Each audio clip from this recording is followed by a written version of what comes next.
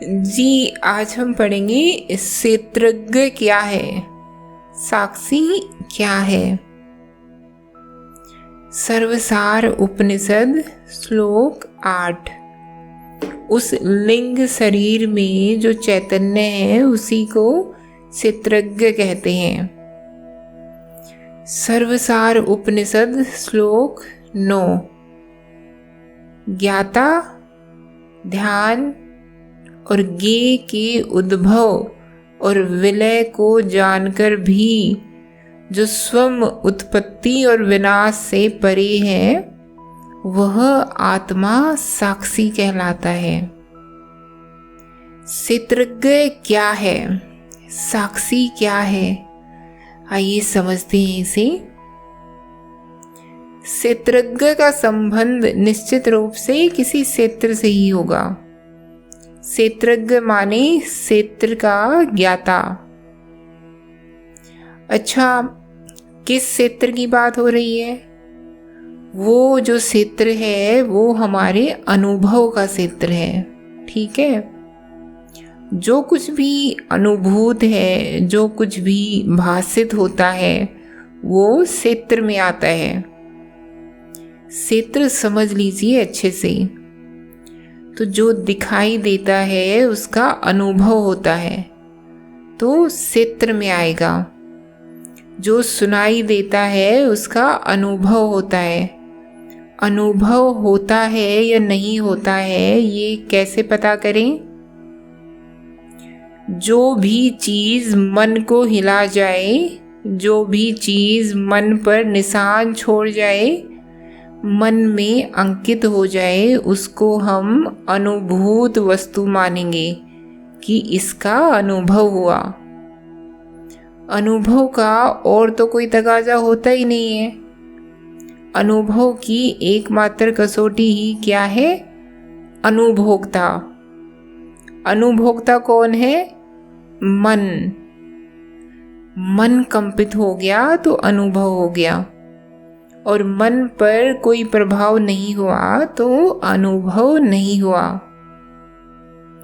तो जो स्पर्श करते हो उसका अनुभव होता है।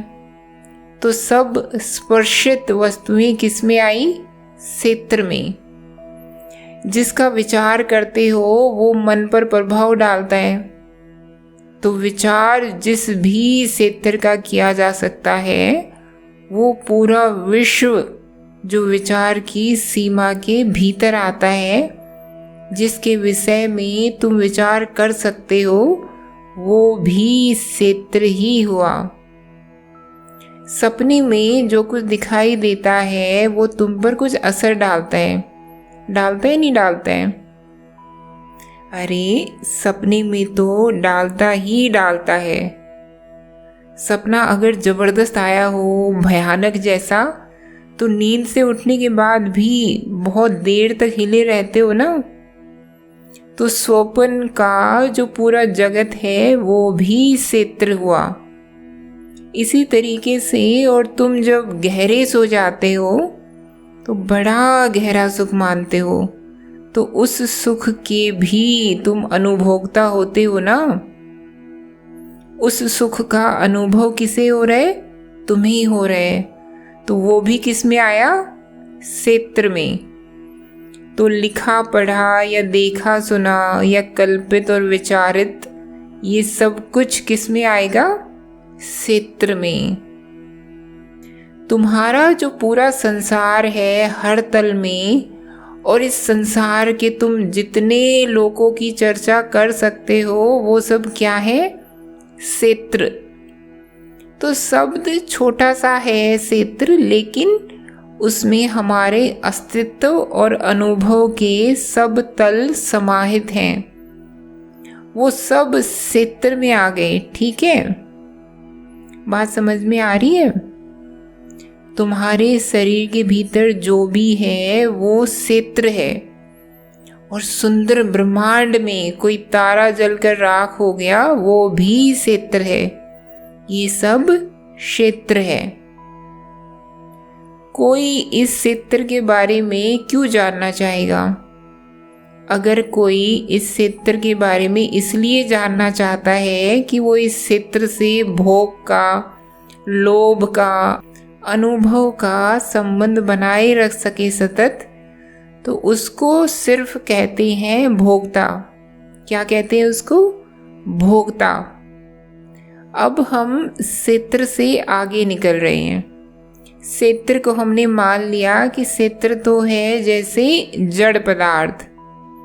अभी के लिए इतना कह दिया है कि जो पूरा अखिल विश्व है, जो अनुभोक्ता का दृष्टव्य विषय होता है, दृष्टा जिसे देखता है, उसको हम क्या नाम दे रहे हैं? क्षेत्र का नाम दे रहे हैं। अब ये जो क्षेत्र को देखने वाला है वो अधिकांशतः इस क्षेत्र को देखता ही इसीलिए है ताकि वो इस क्षेत्र से कुछ लाभ उठा सके, अपने लिए सुख पा सके, अपने मंतव्यों की प्राप्ति कर सके। क्षेत्र को इस तरह देखने वालों, क्षेत्र को इस तरह जानने वालों को सिर्फ हम कहते हैं भोक्ता। वो क्षेत्र को भोगना चाहते हैं। भोगते भोगते ये जो भोक्ता होता है, कभी कभार बहुत विरल घटना के फलस्वरूप ऐसी जगह पर पहुंच जाता है जहां वो कहता है कि भोगे जा रहा हूँ, भोगे जा रहा हूँ, पर भोग भोग के भी शांत नहीं हो पा रहा हूँ। एक बीमारी सी लग गई है, बुखार सा बना रहता है, एक खिन्नता है भीतर, आग सी है भीतर, विश्राम नहीं कर पा रहा हूँ, भोगे ही जा रहा हूँ जैसे भोगने में ही तनाव है। तब वो क्षेत्र का पुनर्मूल्यांकन करता है, वो क्षेत्र को दोबारा देखता है एक नई दृष्टि से। देख वो पहले भी रहा था क्षेत्र को, पर पहले वो क्षेत्र को ऐसे देख रहा था जैसे कोई हिंसक पशु अपने शिकार को देखता है। क्यों देखता है वो अपने शिकार को? छिपकली को भी तुम देखो, आजकल है ना छिपकलियाँ, जिस कीड़े का उनको शिकार करना है उसे वो बहुत थम कर के बड़े ध्यान से देखती हैं। क्या जानने के लिए देखती हैं? क्या वो ज्ञान के लिए देखती हैं? नहीं, वो सिर्फ भोग के लिए देखती हैं। तो देख तो वो पहले भी रहा था संसार को, हो सकता है उसे संसार के बारे में जानकारी भी खूब हो, ठीक वैसे जैसे छिपकली को उस कीड़े के बारे में जानकारी होती है। कीड़ा अपनी गतिविधियों के बारे में जितना जानता होगा, छिपकली भी उससे कुछ कम नहीं जानती कीड़े के बारे में। कीड़े के बारे में जानना है या तो कीड़े से पूछो, नहीं तो छिपकली से, छिपकली को भी खूब पता होगा। तो आमतौर पर जो भोगता है, जो संसारी मन है, वो संसार को देखता ही इसीलिए है, संसार का वो ज्ञान ही इसीलिए हासिल करता है ताकि वो उस ज्ञान के माध्यम से भोग के नए नए रास्ते आविष्कृत कर सके। अब वो दोबारा देखता है खिन्न होकर, सुब्ध होकर, विरक्त होकर इस संसार को। अब वो देखता है संसार को ताकि वो संसार क्षेत्र से मुक्ति पा सके। देखने और देखने में अंतर आ गया ना? देख वो पहले भी रहा था और बहुत सतर्क होकर देख रहा था, बहुत सजगता से देख रहा था, एकदम एकाग्र होकर देख रहा था। और देख वो अभी भी रहा है, पर पहले देखने की दृष्टि ये थी कि देखूं ताकि इसको पालूं, जैसे छिपकली कीड़े को देखती है, देखूं ताकि मैं इसको जल्दी से पालूं। और अब वो बड़े ध्यान से, बड़ी एकाग्रता से देख रहा है कि देखूं कि इससे मुक्त कैसे हो सकता हूं। ध्यान से किसी चीज को देखने की दो वजहें हो सकती हैं। उसे ध्यान से नहीं देखोगे तो उसे पा नहीं सकते। एक वजह ये हो सकती है, और दूसरी वजह ये होती है कि अगर ध्यान से नहीं देखोगे तो उससे मुक्त नहीं हो सकते। ये जो दूसरा है, जो क्षेत्र का ज्ञान लेना चाहता है, जो क्षेत्र को देख रहा है, जो क्षेत्र का ज्ञाता हुआ है, ताकि क्षेत्र से मुक्त हो सके, ये कहलाता है श्रेतज्ञ। जो क्षेत्र का ज्ञाता है ताकि क्षेत्र को भोग सके, वो कहलाता है भोक्ता। और जो क्षेत्र को जानता है ताकि क्षेत्र से मुक्त हो सके, वो कहलाता है क्षेत्रज्ञ। क्षेत्रज्ञ अभी मुक्त नहीं हुआ है, उसे मुक्ति पानी है, तो इसीलिए उसे अभी क्षेत्र से कम इतना तो संबंध रखना ही पड़ेगा कि वो मुक्ति पाले। तुम्हें अगर कोई रस्सी काटनी भी है तो तुम उस रस्सी की उपेक्षा नहीं कर सकते, तुम्हें उस रस्सी के साथ जूझना पड़ेगा, तुम्हें उस रस्सी के साथ कुछ रिश्ता तो बनाकर रखना ही पड़ेगा, भले ही तुम्हें वो रस्सी काटनी है। तो क्षेत्रज्ञ क्षेत्र से पूर्णतः मुक्त नहीं होता, लेकिन उसे मुक्त होना है। वो क्षेत्र से विरक्त हो गया है, पर वो अभी क्षेत्र से पूरी तरह मुक्त हुआ नहीं है। बात समझ में आ रही है? क्षेत्रज्ञ वो चेतना है जो पदार्थ के संयोग से दुख पा पाकर अब पदार्थ का त्याग करना चाहती है, वो गुणों का उल्लंघन करना चाहती है, वो क्षेत्रातीत जाना चाहती है। और वही चेतना जब मुक्ति मांग नहीं रही होती बल्कि मुक्त हो ही जाती है, तो उसको कहते हैं साक्षी। तो श्रीमद् भगवद गीता में श्री कृष्ण समझाते हैं कि ये क्षेत्र है और क्षेत्रज्ञ है, इनमें भेद करना सीखो पार्थ। ये जो भेद करने की सीख दी जा रही है, इसका अर्थ है विरक्त होना सीखो पार्थ। भेद माने दूरी, भेद माने अंतराल। और कहते हैं कि अगर क्षेत्रज्ञ विभाग तुमने ठीक से समझ लिया तो तुम मुझे प्राप्त हो जाओगे। ये तीन कौन है? क्षेत्र, क्षेत्रज्ञ और कृष्ण माने आत्मा। क्षेत्रज्ञ यदि क्षेत्र से पूर्णतः विलग हो गया तो वो साक्षी आत्मा हो जाएगा। आत्मा ही साक्षी है। इसीलिए आवश्यक है क्षेत्र का ज्ञान प्राप्त करना, और इसीलिए आध्यात्मिक व्यक्ति को, साधक को संसार की बड़ी बारीक जानकारी होनी चाहिए, क्योंकि भाई तुम्हारा बड़ा काम अटका हुआ है संसार में, तुम्हारी बड़ी गरज है। संसारी आदमी का तो संसार से अधिक बस भोग का रिश्ता है। उसकी संसार से कुल कितनी गरज है कि उसे भोग मिल जाए। अब भोग बड़ी बात है या मुक्ति? मुक्ति। साधक की संसार से कितनी गरज है? मुक्ति मिल जाए।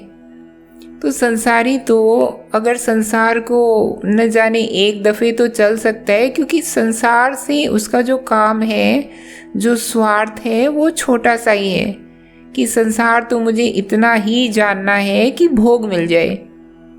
कई बार तो भोग बिना संसार को जाने ही मिल जाता है। तो संसारी के लिए अच्छा तो है कि वो संसार को जाने, पर अनिवार्य नहीं है। इतने संसारी हैं, उन्हें संसार का कुछ नहीं पता होता, लेकिन उनका काम तो चल ही रहा है ना। लेकिन साधक के लिए तो परम आवश्यक है, अति अनिवार्य है संसार को जानना, क्योंकि साधक का जो स्वार्थ है वो अति गहरा है। साधक की जो गरज है वो बहुत हार्दिक है।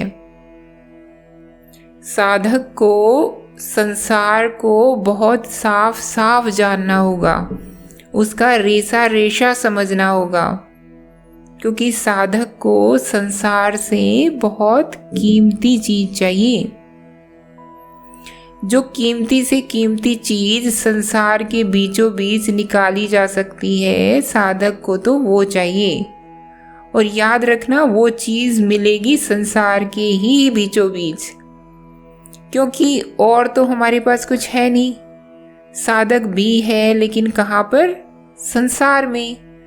तो साधक को जो उच्चतम चीज चाहिए यानी मुक्ति, वो भी उसे कहाँ मिलनी है? तो साधक को इसीलिए संसार को जानना होगा और ज्ञान लेना होगा। इसीलिए क्षेत्रज्ञ बहुत ऊंची अवस्था है चेतना की। क्षेत्रज्ञ का मतलब हुआ दो बातें, तुम जानते हो, तुम अज्ञ हो, तुम विज्ञ हो। और तुम जान इसीलिए रहे हो इस दुनिया को, तुम दुनिया के सब दंड फंद दाव पेच पैतरे सब समझते हो। तुम माया को खूब जानते हो और इसीलिए जानते हो ताकि तुम माया की हर चाल को काट सको, ताकि तुम्हारे पास माया के हर पेच का जवाब हो। ये हुआ क्षेत्रज्ञ, क्षेत्र का ज्ञाता मात्र। इसे क्षेत्र से कोई अनुराग, कोई आसक्ति नहीं है। बस एक आखिरी सुदूर स्वार्थ इसका बचा है। और क्या नाम है उसका? मुक्ति। और जब तुम्हें क्षेत्र से इतना भी लेना देना या इतना भी सरोकार या इतना भी स्वार्थ नहीं रह जाता कि मुक्ति मिले, तब तुम हो जाते हो साक्षी मात्र। समझ रही हो बात को? साक्षी भोगता नहीं है, वो दृष्टा भी नहीं है। साक्षी क्षेत्र नहीं है, वो क्षेत्रज्ञ भी नहीं है। साक्षी को वास्तव में अब अवलोकन से कोई मतलब ही नहीं रह गया। क्षेत्रज्ञ अवलोकन करेगा लेकिन साक्षी मात्र आलोकन करेगा। क्षेत्रज्ञ देखेगा लेकिन साक्षी मात्र आलोकित माने प्रकाशित करेगा, वो देखेगा भी नहीं।